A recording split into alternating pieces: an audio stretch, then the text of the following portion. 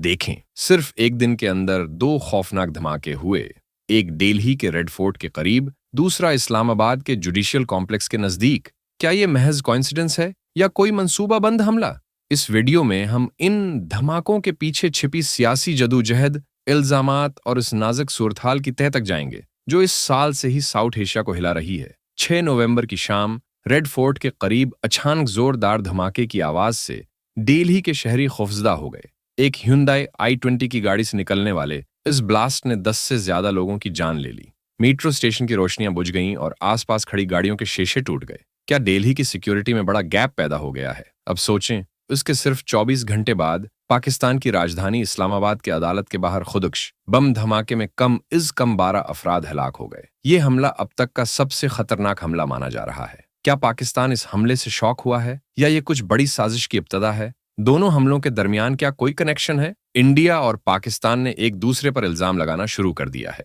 पाकिस्तान के prime minister Shahbaz शरीफ ने बगैर किसी एविडेंस के कहा कि दिल्ली के खिलाफ मुखालिफ फोर्सेस इस हमले के पीछे हैं। इंडिया ने उन इल्जामात को बगैर बुनियाद और बला सबूत करार दिया। लेकिन क्या ये स्टेटमेंट्स हकीकत में मसले का हल हैं या दोनों गवर्नमेंट्स की सियासत का हिस्सा हैं? क्या ये हमले इस टेंशन को और बढ़ाएंगे जिसने उस साल इंडिया, पाकिस्तान, अफगानिस्तान के ताल्लुकात खराब किए हैं? क्या हम एक और बड़े कॉन्फ्लिक्ट की तरफ जा रहे हैं? आखिर क्यों दिल्ली और इस्लामाबाद जैसे बड़े हेविली फोर्टिफाइड शहरों में ऐसे हमले हो रहे हैं?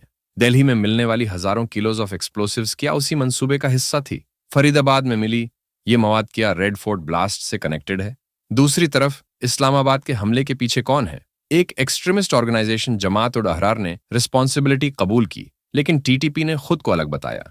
पाकिस्तान अपने दाखिली कॉन्फ्लिक्ट्स में घिरा हुआ है। और क्या ये हमले अफगानिस्तान में सिक्योरिटी के कमजोर होने का नतीजा हैं?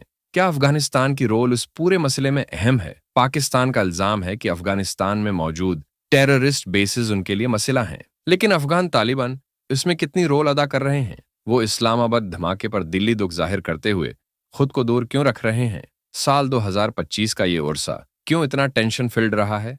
मई में इंडिया और पाकिस्तान के दरमियान 4 दिन के शदीद कॉन्फ्लिक्ट ने किया सूरत हाल मजीद खराब की। एक मामूली ट्रेजिक इंसिडेंट कैसे बड़े जंग का सबब बन सकता था? क्या मोदी के कंट्री का वॉचमैन होने के दावे के मुताबिक सिक्योरिटी फेल हो गई? कांग्रेस लीडर्स ने सवाल उठाया है, क्या मुल्क की राजधानी महफूज नहीं रही?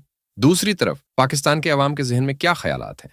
अगर अदालत जहां आम लोग और लीडर्स आते हैं महफूज नहीं है तो फिर कौन महफूज होगा? इस्लामाबाद के एक लॉयर की यह फिक्र पूरे मुल्क का हाल जाहिर करती है। अब इस टेंशन फिल्ड सूरत हाल में क्या इंडिया, पाकिस्तान, अफगानिस्तान के दरमियान डिसइंटीग्रेशन के अमकानात बढ़ेंगे? एक्सपर्ट्स कहते हैं कि ये 3 ममालिक अब एक बड़े क्राइसिस के दहाने पर हैं। क्या हम जल्द ही एक और रीजनल जंग की दहलीज पर होंगे? याद रखें, ये सिर्फ सियासी इल्जामात नहीं बल्कि लाखों लोगों की जिंदगियां खतरे में हैं। क्या इस ब्लास्ट के बाद हम 2 पड़ोसी ममालिक के दरमियान पीस और ट्रस्ट के पल बना सकते हैं, या ये इंसिडेंट इन क्रैक्स को और गहरा कर देंगे जो कभी भरते नहीं? अगर आपको ये मौजू अहम लगे तो लाइक और शेयर करें और हमारे चैनल को सब्सक्राइब करना न भूलें ताकि हर अपडेट आप तक फौरन पहुंचे।